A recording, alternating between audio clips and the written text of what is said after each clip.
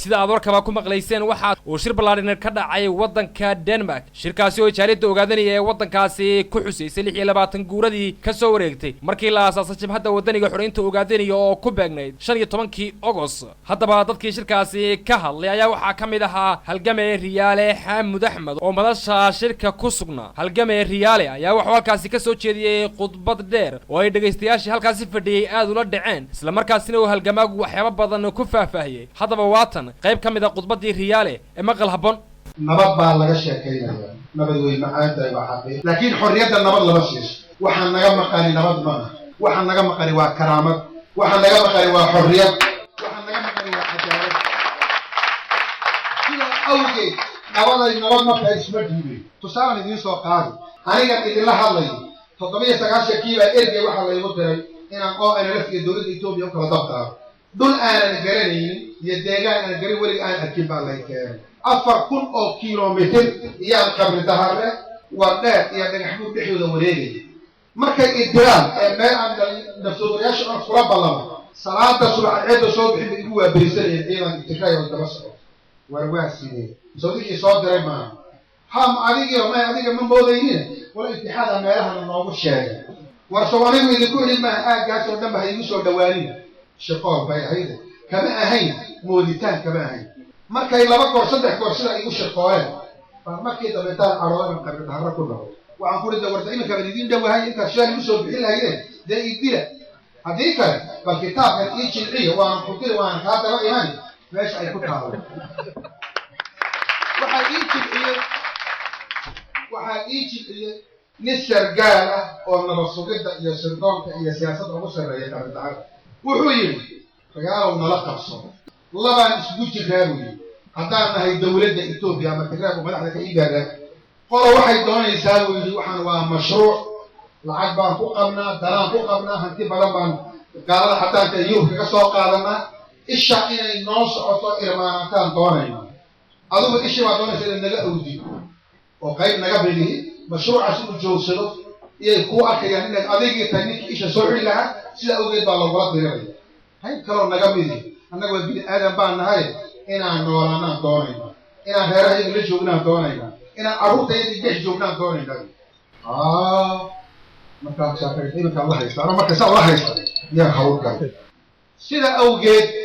tusaale ugu filaanahay ninka soo yida nabad baan doonaya ama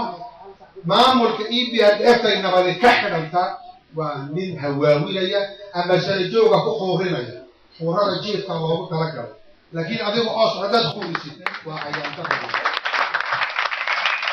waxa ugu dambeysay in badan baa leeyahay oo aan lafay nabada qaarato laakiin nabadee waa nabada waan ku diray waan ka hadal iman weyn taana waxaan ka oranayaa arrinta nabada laga sheekaynayo ee uu ducaana ka soo qaaday tusaale ku soo qaatay waxaan ka oranayaa aqliga meel sanaawi iyo EPRDF aniga mooyaan cid kale jirta ma aaminsan afka kaliya yaqaanina waa bunuucda rasaasta ninka kaliya yaqaanana oo aqoonsadaan tusaalana waxa igu ku filan marlaba macnaha soo galayeen urur IGLF Isa Gurgura Liberation Front baa gudoomiyaha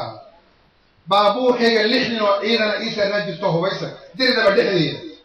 markaasan ka xurmad badnaa markii aan madaxweyne ku xigeenka ahaa ee la ii diiday inaan soo booqdo maxaabiis xabsi ku jiro waa ta keentay ama igu dhiirigelisay EPRDF iyo maamulka inta yara Tigray u talinaysay afka kaliya ay garanayaan inay tahay arbaax ta igu dambaysa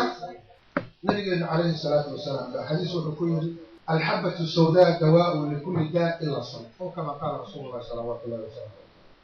geed xabasuuna ilaa jirta dhulkan laga helo ma garanayo dadka waaweyn yaqaanaan geed yaroo la isticmaalo ad wax dawo uuna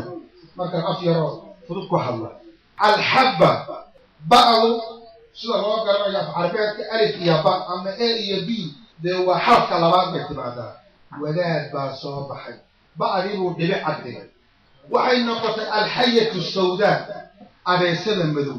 dawaa'un likulli daa xanuun walbay ka dawata wadaad miskiin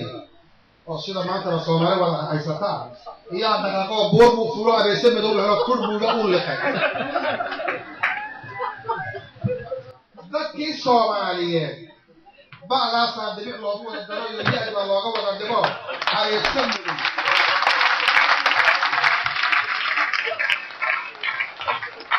حبسودي يأتي حبسودها والله ولا حلاليات عباس الله ورسوله تكن أتجرن لأبيهم أما وجعل هالنقطة أما ولي هالنقطة تبدأ أتجرن لأبيهم وهذا عباس الله ورسوله مت سحراسة يمد يكرر عبد يمد وحشة يمد جرن لبين يميتي ويا يا واري وولاد أبو دبرها وولاد الدعاء كشر فيه أنت الله سبحانه حقق السيارة وحقق السيارة وعرفت هالكيكة خلطنتها مركات جريتي عضو كماش أجر يا دولة دوني كذا عضو في وحو النقطة أبو دبر أوحان لنا هاي أون مان كلنا أون بريتو لنا أو ساكون لنا ولا الكيبادي دبيعي وانكمس عليها سول لبوئي الأدي ويصابح علي الأدي ويصابح علي دوغو مسا أنا يصاب هذا هذا موليد كدونتي ولا كده موليد كودي رواتك هذا لكن جدا من نقوم خل ديسي بقي يا أفعربات كما قلنا قلنا ولا لو هل كاغا كتشوف بلا هايو هذا موليد كتريسي hoggaankeena sare iyo horseedkii shacabkeenu inay horumar keeneen waa hubaal xaqiiqa hadafkii ummadeenu hay'adaha adduunka iyo UN ku horyaala dhaxal loo halgamayay soo hormoodkii maantaba guushii ma soo hoyin